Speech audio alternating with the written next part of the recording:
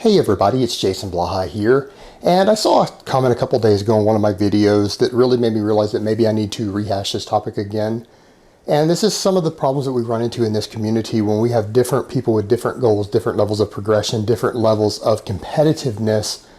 There creates a lot of confusion in the community, particularly when marketing and things get in the mix. And someone had asked me, why do I support someone like Dr. Mike Isreatel, who promotes bro science by talking about post-workout nutrition and the anabolic window and things. And that's something we need to cover. And I find it interesting that a lot of the people who don't really know much about science, they now throw around this term bro science when they're debating with someone like Dr. Isreatel, who is a successful coach. He is a university professor, has credentials in the field, is himself a competitive athlete, and he coaches a lot of athletes successfully.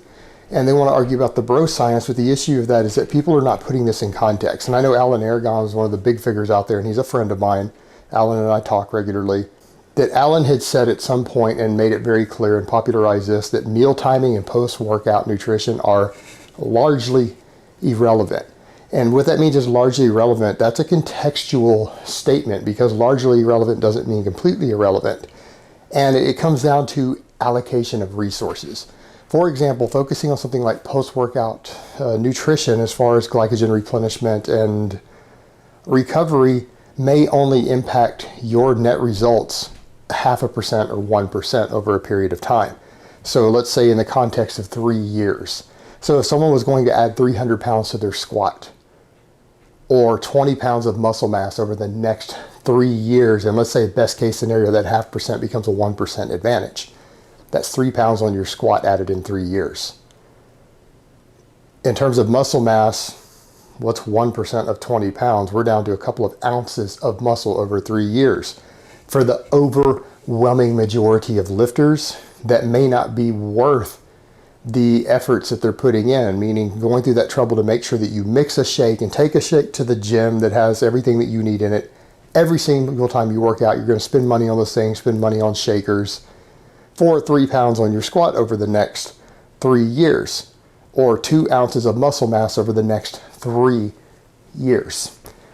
And a lot of people say, well, you should be chasing everything you should get, but that's not necessarily true. There's allocation of resources. For example, the overwhelming majority of people out there who I see, who train, who do these things, aren't on structured programs. They're not on programs written by a coach. They're not on any of the free programs out there that take into account recovery cycles, muscle protein synthesis uptime.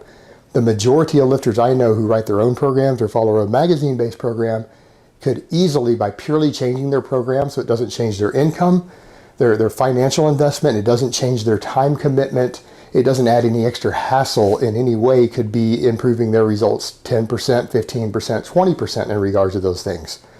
So you're talking about a 20-fold increase in the gains that you were getting from the post-workout recovery. So for the majority of them, it's just worrying about that little minutia is such a moot point that it is irrelevant. It's largely irrelevant. They could change their program and just follow a more structured free program and tremendously get 20 times the results they're getting from that investment in the post-workout recovery.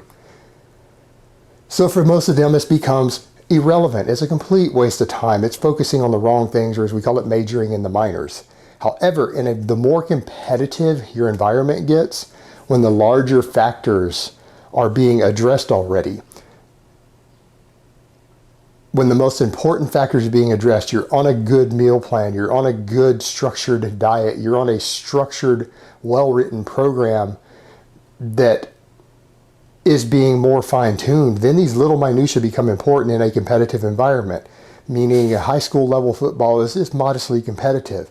You start getting to the university level, it becomes very competitive. This stuff starts to matter. You start trying to get an NFL contract or you go professional, you damn well better believe that a 0.5% edge could make the difference between $1 million a year. Or you get to the Olympic level or even the international competitive level in a sport, little minutiae can make the difference between a bronze medal and a gold medal. A 0.5% becomes the world.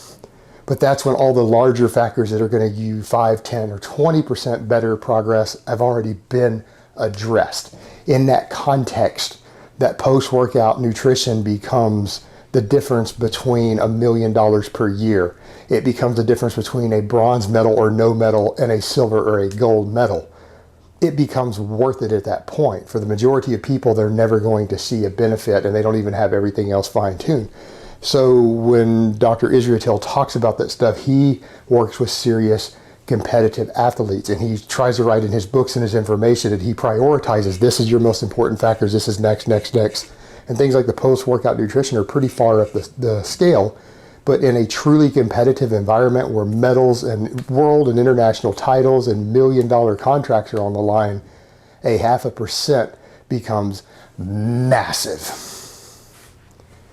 So people need to understand the context of these things. All right, guys, but that's really all I have to say on that today. I hope it's been informative, and I will talk to you guys next time.